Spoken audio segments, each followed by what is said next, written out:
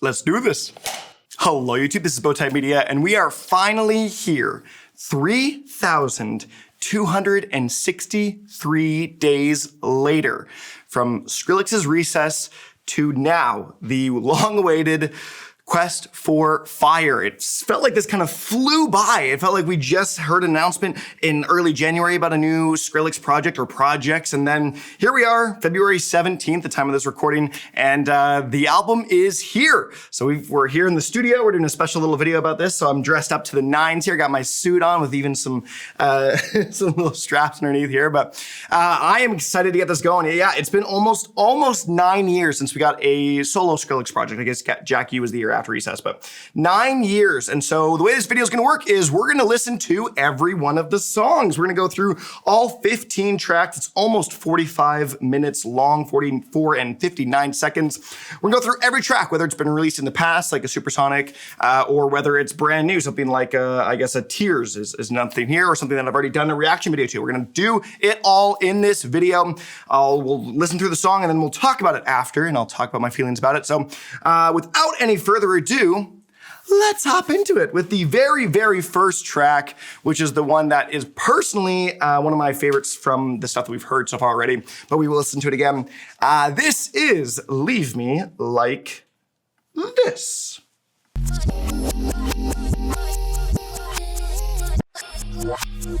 Oh man, Leave Me Like This. Absolutely insane track. I really like this one. I think, is this probably the most popular bass house song ever? Like, I know that's a pretty broad statement there, but I can't think of a real bass house track that's been this popular this quickly too. So because bass house has always kind of been like a weird, almost underground genre for quite some time. And I think there's been a few artists that are obviously the bigger names in the bass house, but I feel like this is probably, of anything, the biggest bass house track. Maybe I'm totally wrong here, but this may be single-handedly the biggest bass track in music history, in EDM history. But absolutely fantastic track. I love this one. This is so much fun, so groovin'. This feels like a great kickstart to the whole project. This feels like it has so much energy and really does a shift for anyone that's listening to this project that maybe hadn't listened to the singles or hadn't known Skrillex recently, I should say, to go, this is not the Skrillex you had before. This is not the Skrillex you know before of the Scary Monsters and Night Sprites, all the kind of recess, the everything. This isn't what you would have expected from Skrillex. And so it's honestly been really fun to play songs for like friends and families and other people and go like, listen to this. And then they'll be like, hey, I kind of like this. I'll be like, this is Skrillex. And they're like, what? This isn't like this crazy in your screeching dubstep, but nope, this is Skrillex. So super excited about this. But let's hop into the next track, one I haven't heard yet. This is RATATA. Skrillex with Missy, Elliott, and Mr. Oizo. I'm sure I'm going to butcher a bunch of these names. Okay, I'm very intrigued. Only 2 minutes and 6 seconds. Let's hop into RATATA.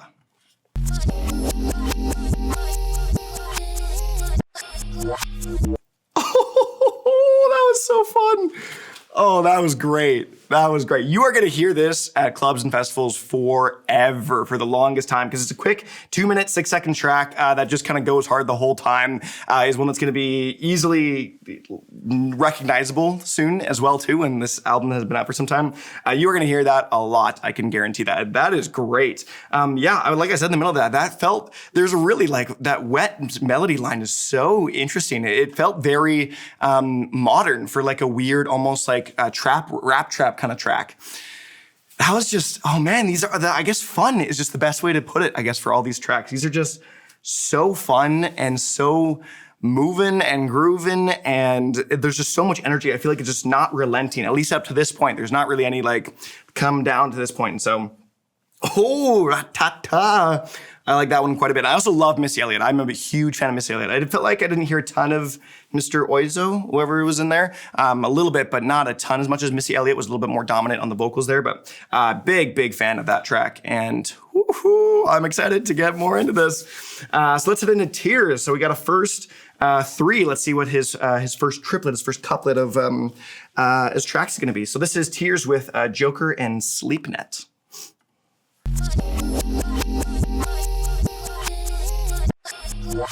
Okay, wow, that one was fascinating, very fascinating. I wondered if he was going to go a little bit lower on this track stylistically in the track list based off of what's coming next, which is Rumble, because Rumble is a little bit more in the lower end of the spectrum, of the musical spectrum, in terms of a more prominent bass line, or I guess low frequencies. So I wondered if that was going to happen, and it did indeed. So I should have mentioned that before off the top. But very fascinating track. This is like a. Here's what I'll say off the bat too. I love that Skrillex is really fusing genres together. There's so much that is all over the place in a good way here, where there just feels like it's not really like that was a little bit of like old school kind of house in there. There's a bit of UK garage. There's a bit of like trap in there. There's a little bit of everything, and it's such a like. I feel like Skrillex is really the only people that can like do this as consistently and as well. Maybe even. I know time and time again, could really reinvent the game. It's really fascinating because like, it's almost the same problem that Porter had of sorts, where Porter made Worlds and didn't really know what to do after Worlds because he felt like it was such a magnum opus of a project that how do you even follow up what is likely your best work of all time? And not that I would say Recess was that, and I don't think it is. I think Recess is probably one of his weaker projects in terms of EPs and albums, but. Yeah, it's just like, where do you even go from having this persona and this identity around dubstep, of being the dubstep guy? And I'm so glad that he's really not going back to that. He's not. He's saying, no, I was that for a time, and I was that for a season, but I'm different now. I've changed the game, and I will change it up again in a different way. So I'm also very fascinated to see what we're going to see in the music industry as a whole, or specifically EDM, post this album or these albums coming out. If we're going to see styles that are sort of copying, and not that this is so out of this world, like it's not the most different or unique track you've ever heard. It's just doing it to a high quality, to a higher quality I think we haven't heard as consistently in the past with what we've heard so far. So that's what I'm gonna say about that. Tears, great track though. Enjoy that one as well. And so let's hop into the one that started this whole thing off. This is Rumble. Oh, Rumble. Oh, what a great track. This, obviously because it's the first single, I think this will be the song of this era of Skrillex. This will be, and is right now, the song that defines this sort of era. Like, I mean, you had that early with early Skrillex, and I think this Rumble will be it. And so I'm interested to see what more we have in terms of where these songs are going to go stylistically, whether it's going to be a little bit more, like we're going to get more bass house, get some UK garage, get a little all over the place, what kind of styles we're going to get, and if it's going to be more attuned to, like the Rumble is, because we're going to go all over the place here. Like, we've got Butterflies, we've got XENA, we've got like Supersonic, we've got Too Bizarre. Like, we're really going all over the place here. So I'm very fascinated to hear what their other tracks are going to be like. So yeah, you already know your thoughts on Rumble. It's been out for freaking forever. So, and freaking forever by I mean a month. But yeah, let's hop into Butterflies, which has been out even longer, almost 2 years now, with Starrah, I think it's how you say it, or Starrah and Fortet. You know, this song first came out, I wasn't overly impressed with it, so I haven't really revisited it in the 2 years since, so I'm fascinated to hear what I will think of it now, especially in the whole grand scheme of this track list. So here we go, this is Butterflies.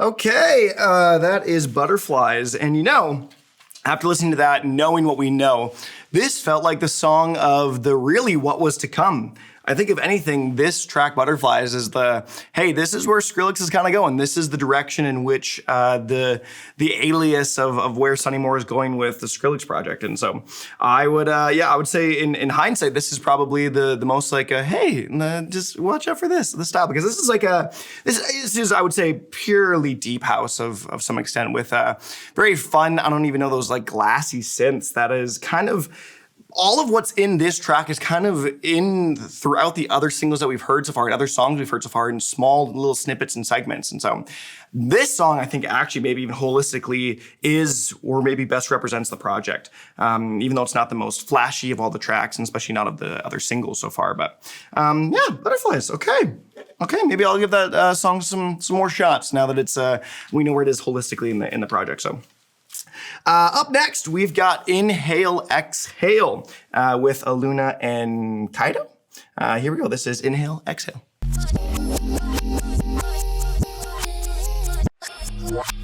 Huh.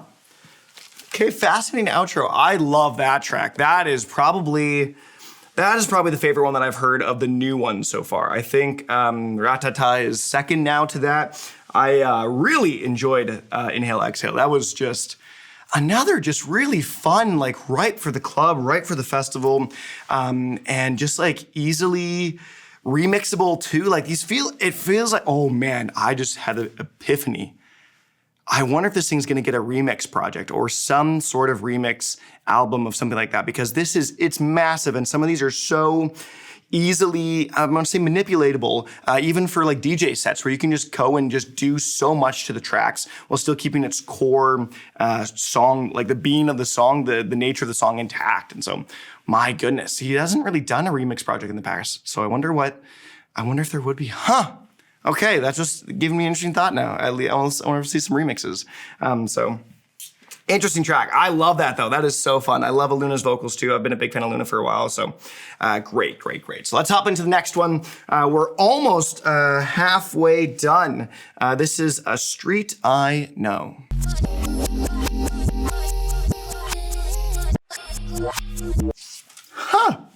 A lot of these songs are doing this like almost like ethereal ending, like a very different uplifting end to a fairly down track. And I'd say that more frequency-wise of the songs I kind of hear for the most part, then kind of just comes up a little bit and ends like right there, a little bit more of a happier tonal, I think, space atmosphere.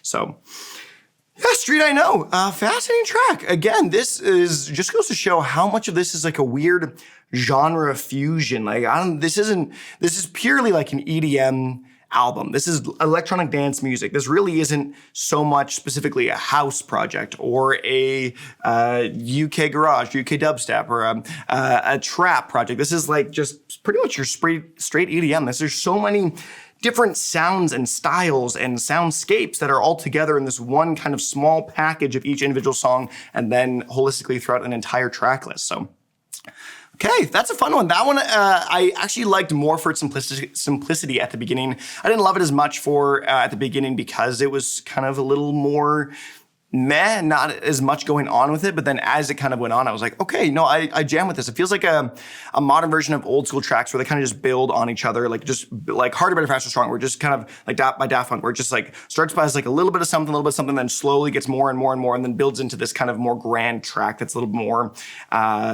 storytelling of sorts. Not quite storytelling, but maybe just more, I don't know, expansive? I don't know, that's maybe not the right word, but.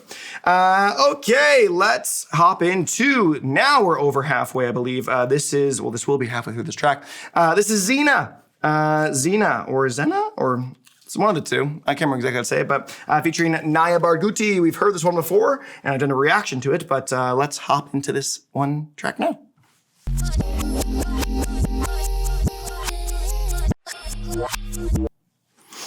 Oh man, XENA, whatever. Great track.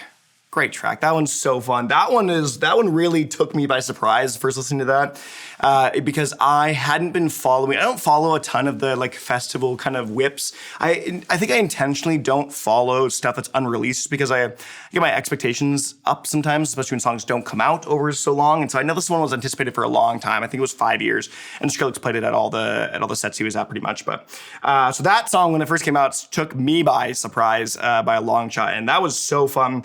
Love the vocals of it. I love the raw instrumentation. That felt more like a raw, personal song.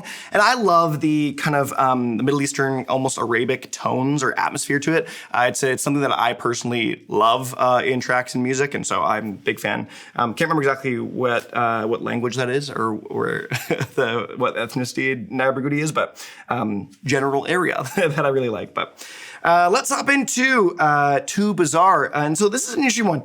It's Too Bizarre, and then in like brackets, it's juked. So my understanding, it's also got Posij this time, which is not what it had before. My understanding, I'm pretty sure it didn't have Posij / the juked in it before. So I'm very interested to see what this song is going to be, if it's going to be any different, or if Skrillex is renaming it and giving a credit now. But I will say before we start, I did not like this song because I do not like Siiickbrain at all. I'm sorry, the song without Siiickbrain would be great, but I'm not a fan. So let's hop in and see if this thing is gonna be any different. Here is Too Bizarre.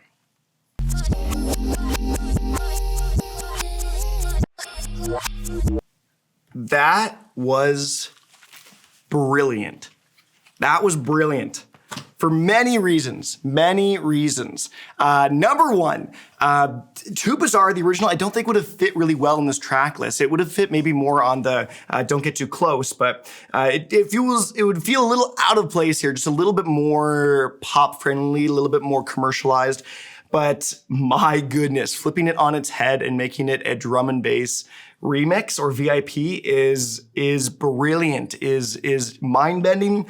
I love that. I did not expect that was fantastic. And other parts to it. I really don't want to rip on Siiickbrain, but I really don't like those kind of screamo things. And it just really does not sit well with me. But removing it entirely, pretty much, is great. I loved it. I really did love it. I liked not hearing that anymore in the track. And I think I would be with a majority of people on that. Not everyone, but I would say a majority. I did see lots of comments about that song when it was first released, and I know a lot of people didn't necessarily love that part. I love those parts, but brilliant, brilliant, brilliant Skrillex with that. That was amazing. That's one of my favorites of the new tracks, I think, for sure. So, whoo, way to go, Skrill.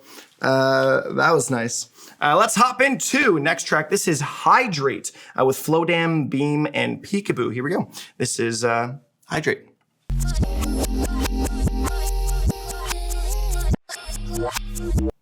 Wow, that was a fascinating track.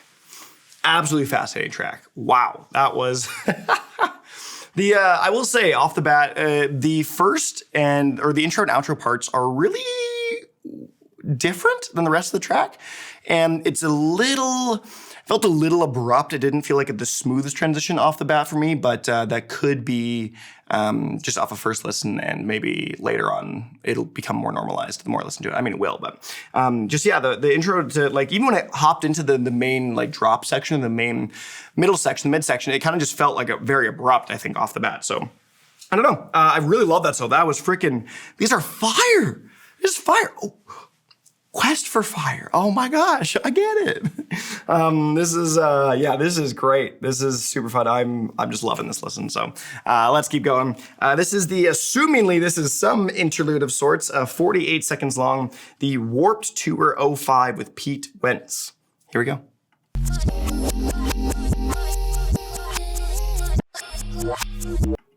Okay, interesting. It looks like it's gonna hop in right to the next track, so I don't think we need to stay too long on this and listen to really, or my thoughts. This is sort of an interlude, and so interesting interlude. Let's hop into Good Space with Starrah, one of the two, probably Starrah.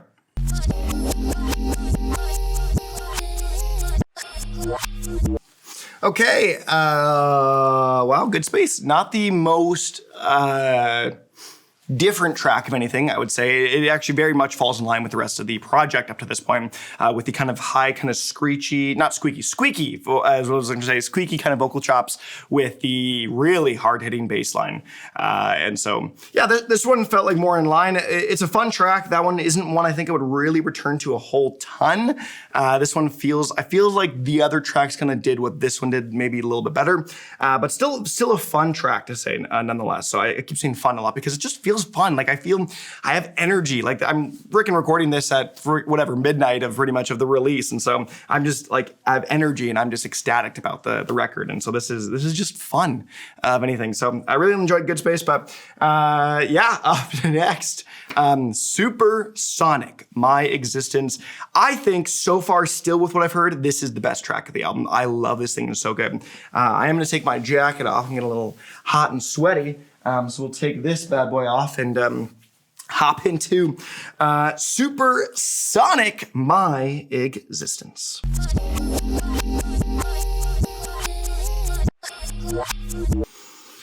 I am so glad that this song made the album. So glad. It fits in right and nice with the rest of it. It is so good. I freaking love this thing. Supersonic is the epitome, I think, of this new and I want to say improved style of Skrillex. It feels like it's just so Oh, it's so destructive. I freaking love this song. It is so, so damn good.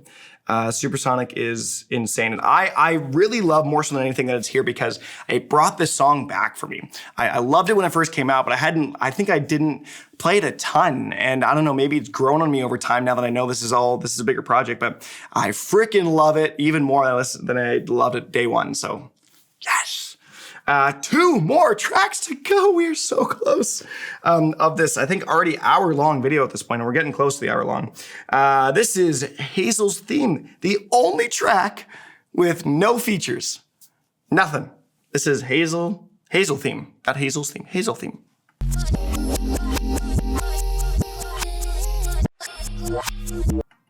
Oh, it's a prelude to Still Here. Okay, because I just heard it. So let's kind of hop into it right away. I don't have a ton to say about that, but I think it is a good tone setter for what will come here. So let's hop into it. Is back to back. So this is Still Here with the ones I barely came with. Also, Porter Robinson, the name I've been looking at the whole time here that I'm the most excited about.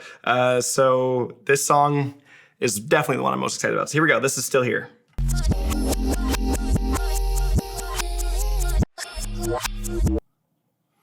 Wow, what a way to end it. That really did feel like the end of a record, the end of it all. That really wrapped it all together with a neat little bow tie, I would say. Yeah, fantastic. I really like that one. That one I think is going to grow on me more too. Some of them I feel right away and I enjoy, but some of them I know are growers, and that one's going to grow on me even though I know I already like it off the bat. And that's the longest song by over a minute, by almost a minute at 5 minutes. And it really does, I do think does a great job of encapsulating the entire record in one final track, just with everything game. So I need to figure out what that so I'm gonna figure that out real quick.